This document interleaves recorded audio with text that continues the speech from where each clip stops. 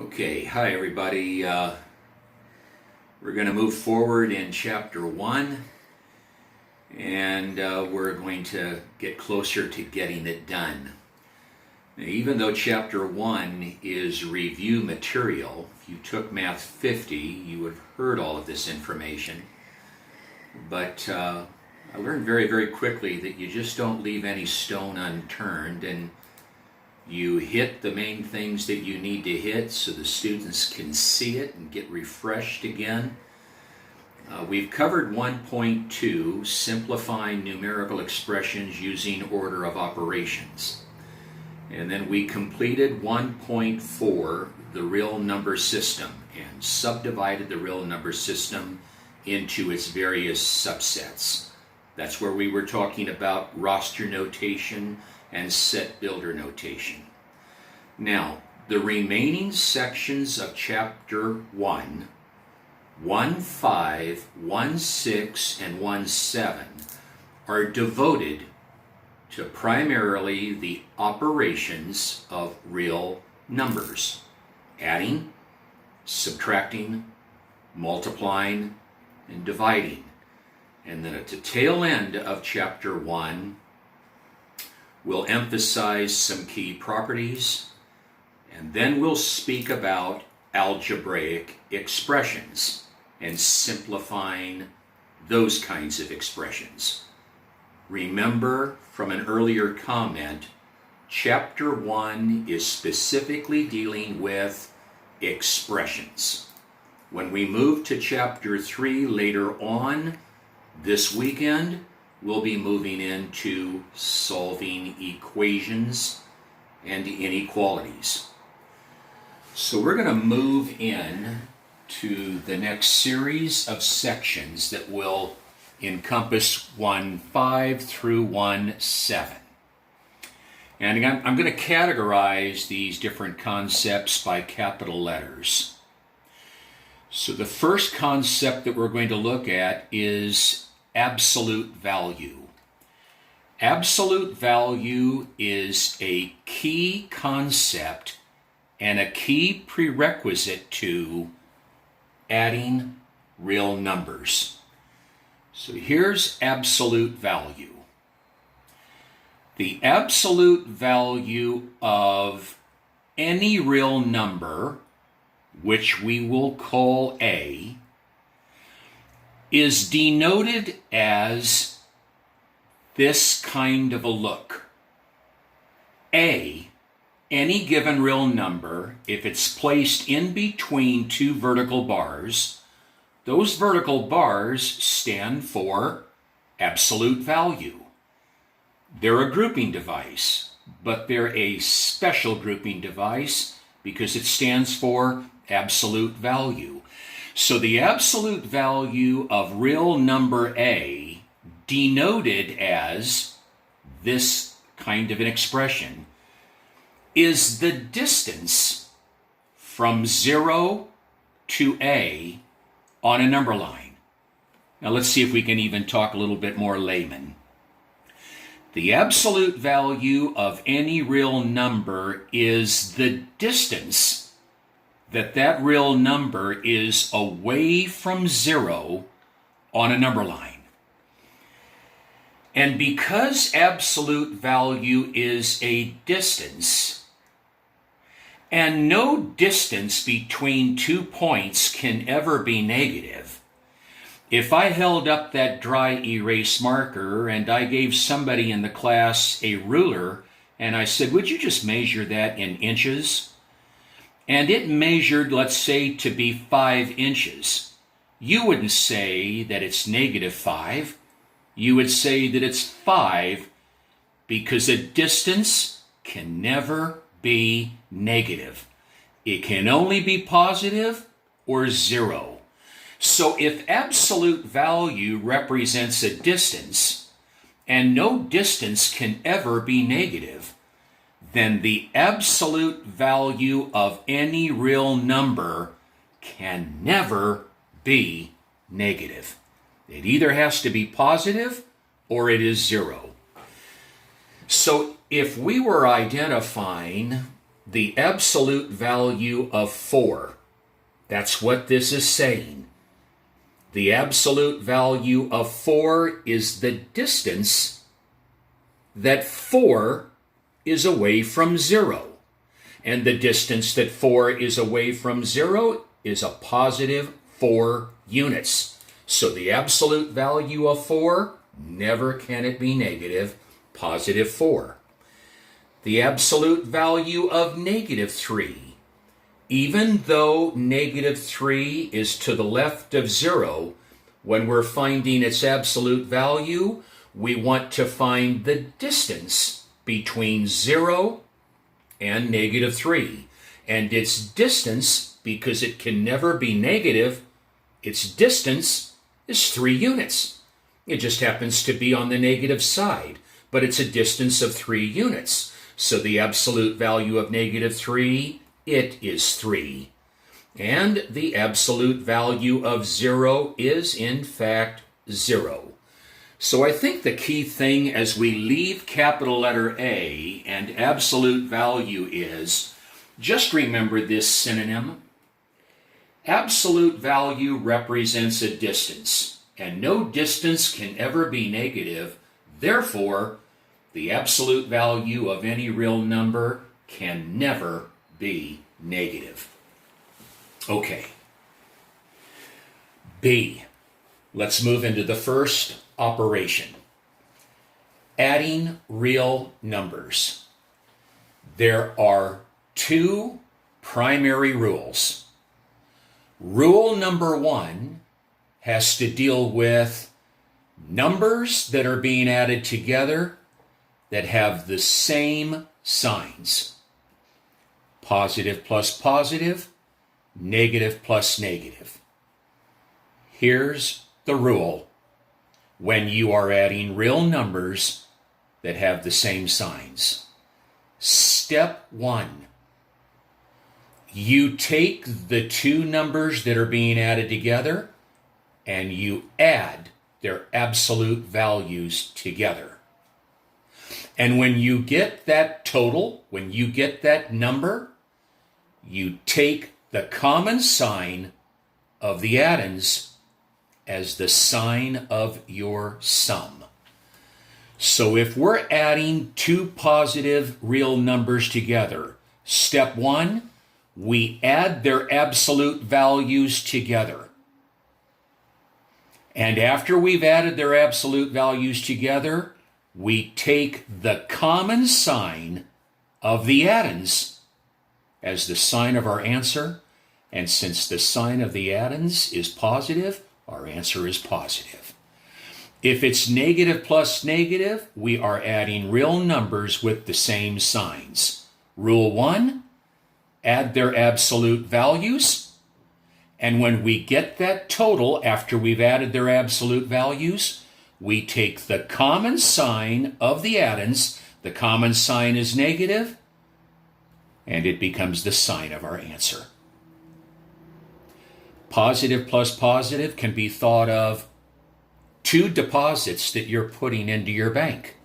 Well, you're going to completely add them together, and the outcome is it was a positive total that went in. If it's negative plus negative, it's like you have 2 debts. If you have to pay somebody a certain amount of money and you have to pay somebody else a different amount of money, if we add together the 2 debts, we add their absolute values together, and we have a total debt at the end. Our common sign is taken, and our answer is negative. So we're going to look at just a couple of problems right here in terms of addition, because it is review. We'll just take a look at just a couple of them just to make sure that we're okay. I want you to notice one other thing that I have done that I've tried to capture here. Notice in the problems that I've done here are set up problems 1 and 2. I just didn't copy the addition statement down. I wrote down a phrase because one key aspect of any algebra program is to make sure that we can translate, that we can take a word phrase and translate it into the correct expression. Well, everybody that I'm talking to in the audience understands that the word sum means addition. And I believe we also understand that the word more than stands for addition. We should. So I'm going to translate number 1, the sum of negative 12 and negative 16.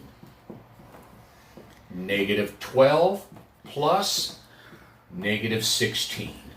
If you're wondering, do we have to put a parenthesis around the negative 16? You do not. I did, only to keep this added separated from the addition sign. Now we are adding real numbers that have the same signs. So step number 1, we're going to add their absolute values together. The absolute value of negative 12 is 12. Absolute value is 16. We're going to add 12 and 16 together because that's what the rule tells us to do. And we get 28. And then we take the common sign of the addends as the sign of our sum. Very basic. Number 2, 3/4 more than 7/12. 3/4 more than plus 7/12. Well, I believe we understand when we are adding rational numbers such as these, we have to have a common denominator. So we begin by bringing down 2 brand new fraction bars with a plus sign in between. And below each of those fraction bars, we're going to put the least common denominator. The least common denominator is just sharing. The least common denominator for 4 and 12 has to be the smallest number that is divisible by both of those denominators. So I wanted to just kind of show a visual right here, so we wouldn't get misconstrued about identifying the correct LCD. The LCD, once again, is the smallest number that is divisible by both the denominators 4 and 12. So the LCD, by definition, if it's got to be divisible by both 4 and 12, that LCD has to be at least as big as the larger of the denominators. It's got to be at least as big as 12. It can't be anything less than 12 because 12 would then not divide into it. So it has to be at least as big as 12, and by golly, 12 works because 12 goes into 12 and 4 goes into 12. 12, therefore, is that least common denominator. And then, like I believe you know, we have to take each of these 2 original fractions and we need to rename each of the 2 into 2 brand new fractions with a common denominator. Remembering back, a little divide and a little multiply, at least at this stage. We take the denominator of the first rational and we divide it into the LCD. 4 divides into 12, 3. Take that 3, multiply it by that original numerator. 3 times 3. 12 divides into 12 once. Take the 1 and multiply it by the 7. And now we're able to add because we've got a common denominator. So we bring down 1 bar and we write the common denominator down of 12. No, you never add the denominators. We add the numerators. Now, how does this fit into what we've been talking about? We're adding 2 real numbers right here that have the same sign. We add them, we add their absolutes, and we take the common sign. So we get a positive 16 over 12. And then once we get it down to 16 over 12, we would reduce that rational if it's able to be reduced, and it is. Now, people, I have nothing against you looking at both 16 and 12 and saying, well, I know 2 divides into both the numerator and the denominator, and I believe 4 divides into both. I have nothing against you reducing it by 4 and getting it down. But I want to share something else that we're going to end up having to do later on in the course. And that's reducing a rational by factoring. We're going to factor. I want you to see it, and I'd like you to kind of begin to put it into practice. We begin with the numerator of 16, and we're going to prime factor 16. We're going to bust it down. When you look at 16, you should be able to see this multiplication fact. Now we're going to bust each one of these 2 factors down into their primes. This 4 goes down to 2 times 2. I'm going to write it. That one goes down to 2 times 2. The 12. When you think of 12, you might think of this. 4 times 3. The 4 will bust down to 2 times 2, and then the 3. And now let's cancel. We can cancel 1 pair of 2's replaced by 1's. Because you're actually dividing those 2's by 2, we can do another pair of 2's replaced by 1's, and that would be it. And when we regroup, we've got 4 on top and 3 on the bottom, and there would be our reduced answer. And no, you are not obligated to have to change that to a mixed number. It can stay rational.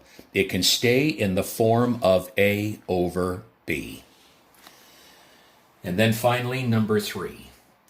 I only put this problem down not because we didn't already know the answer, but one of the things that's going to be discussed in Chapter 1 is a discussion on properties.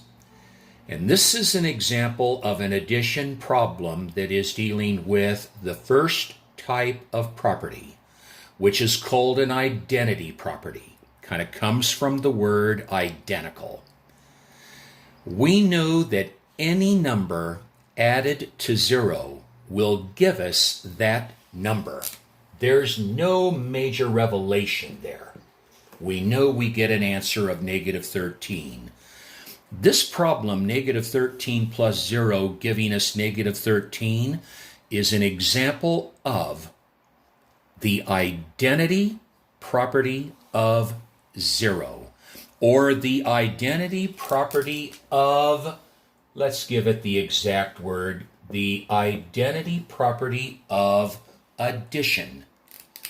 The identity property of addition says if you take any number and add 0 to it, you get that same identical number as your answer. Identity, identical. Okay? So that's the first rule in terms of adding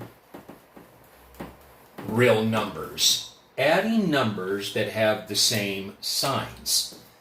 The second is when we're adding real numbers that have different signs.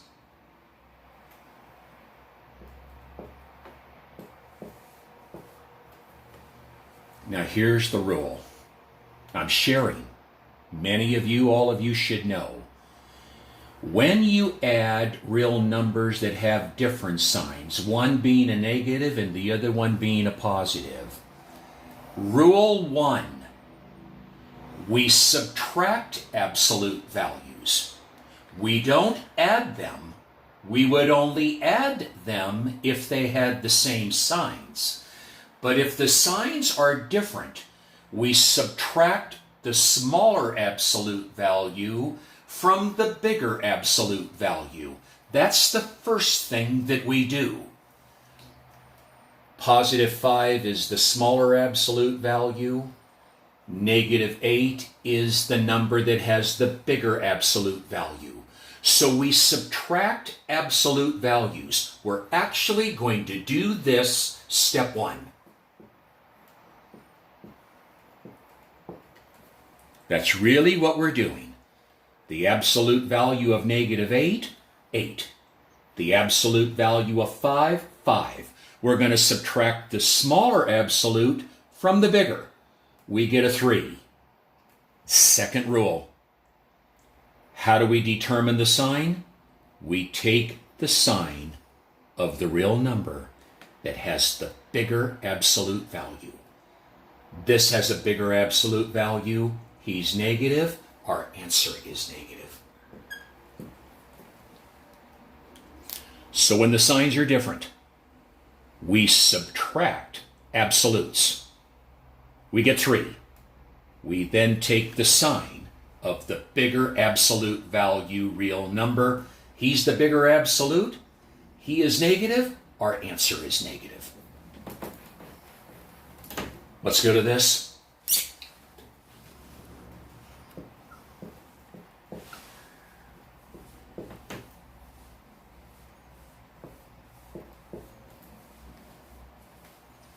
Negative plus positive. Different signs. We're going to end up subtracting in a moment. But we can't do anything yet until we rewrite with a common denominator. Bar plus bar. The least common denominator has to be at least as big as 12. Ask yourself, we know 12 divides into 12. 6 divides into 12. 12, the LCD. Now we're going to rename this first rational into the language of the least common denominator of 12. Take that negative sign and just bring it down. And you can just bring down the 7 as well, because 12 divides into 12 once, and 1 times that negative 7 is negative 7. 6 divides into 12 twice, and 2 times 5 is 10. Now here's where you'll see the subtraction. Bring down that common denominator of 12 and set up the fact that we're going to add this numerator with that one.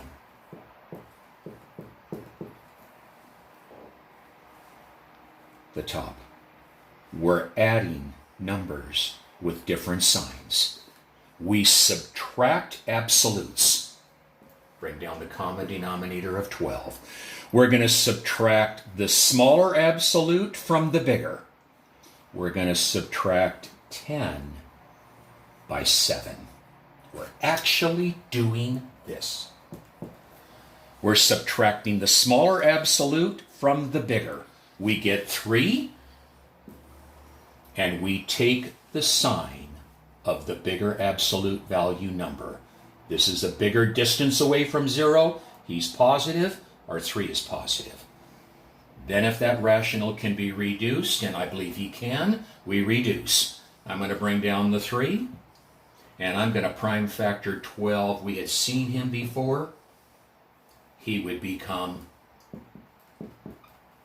we're going to cancel out a pair of 3s and replace by 1s, and regroup, and we'll have 1 over 4 as our answer.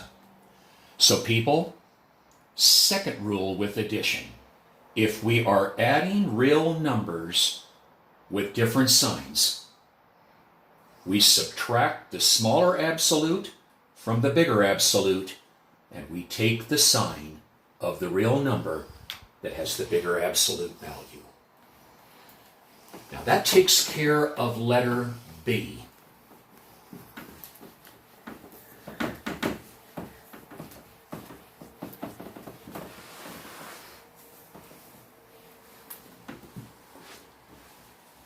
Letter C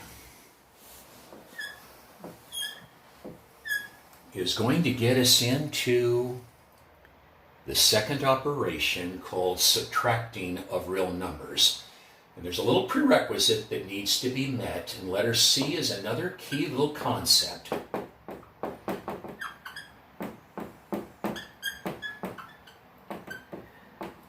Additive inverses. I'll give you a synonym right now that also stands for additive inverses before I define it. Additive inverses are sometimes referred to as opposites. Additive inverses are two real numbers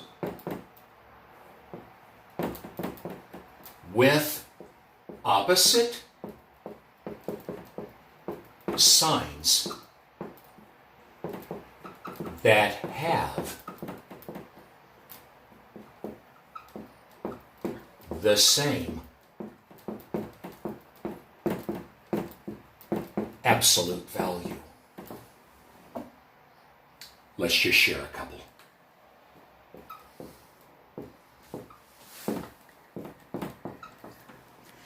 You know, you see, we can tell by looking at these two numbers that they are opposites of one another. Positive 12 and negative 12.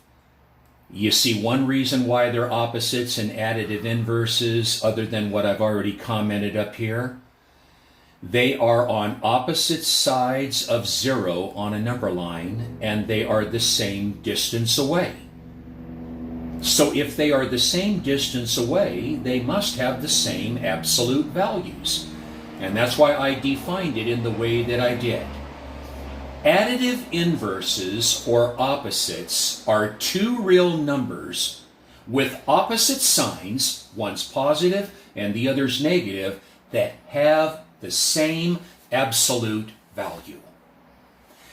The second thing that we want to state about additive inverses is this. Many things in mathematics have symbols that define things.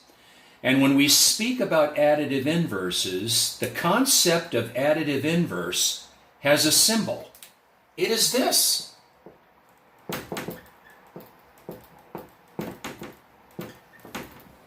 It's a minus sign. The symbol for additive inverses is a minus sign.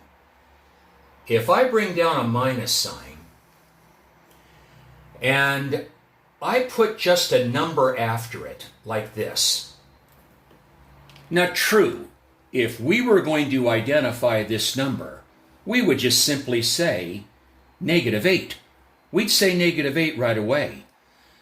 But one could also say this, and it would still mean the same answer. Now remember what just came out of your mouth when you looked at that. You said -8. But now let's interpret this in another way. It also stands for the additive inverse, or the opposite of 8. If you answer the question, the opposite of 8, you're going to get a -8.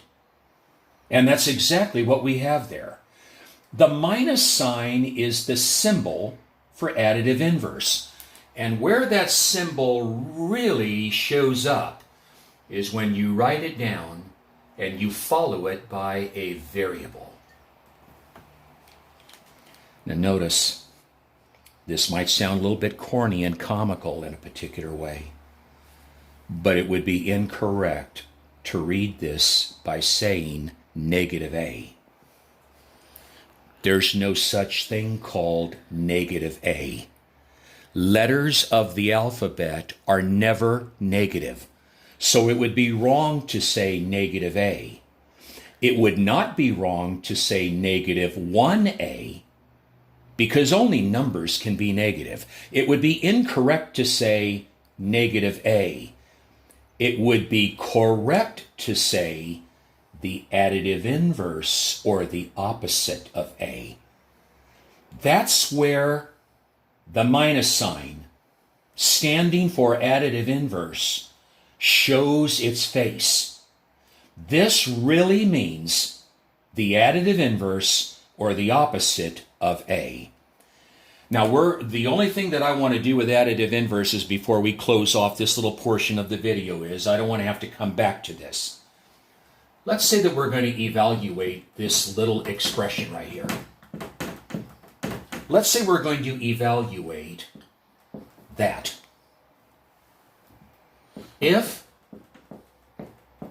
x is equal to -5, and then we're going to come back and do it again, if x is equal to 12. Now keep in mind what this means. This negative sign that's to the left of that x stands for the opposite of. Do not make this mistake. That negative sign there is not him. This is an additive inverse symbol. So we're going to evaluate this one first. You bring down this additive inverse symbol. Then I would make a house. And in place of x, we're going to put -5.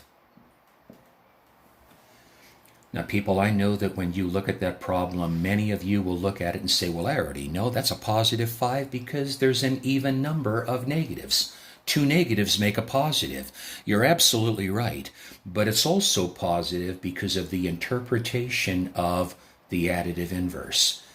You see, if we read this, this reads the additive inverse of -5, or the opposite of -5. And the opposite or additive inverse of -5 is definitely 5.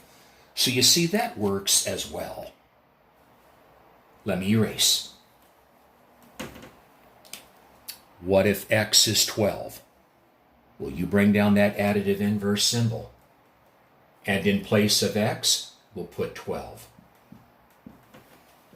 Well, this means the additive inverse of 12, or the opposite of 12, and that's -12, and you would have -12 right away had you not used the parentheses. No difference. You get that same answer, okay? So, when a minus sign is placed to the left of a variable, or when a minus sign is placed to the left of any real number, that minus sign can also stand for the additive inverse of. Okay? It can stand for that. One final thing, and then I'll close it off. When you add additive inverses together,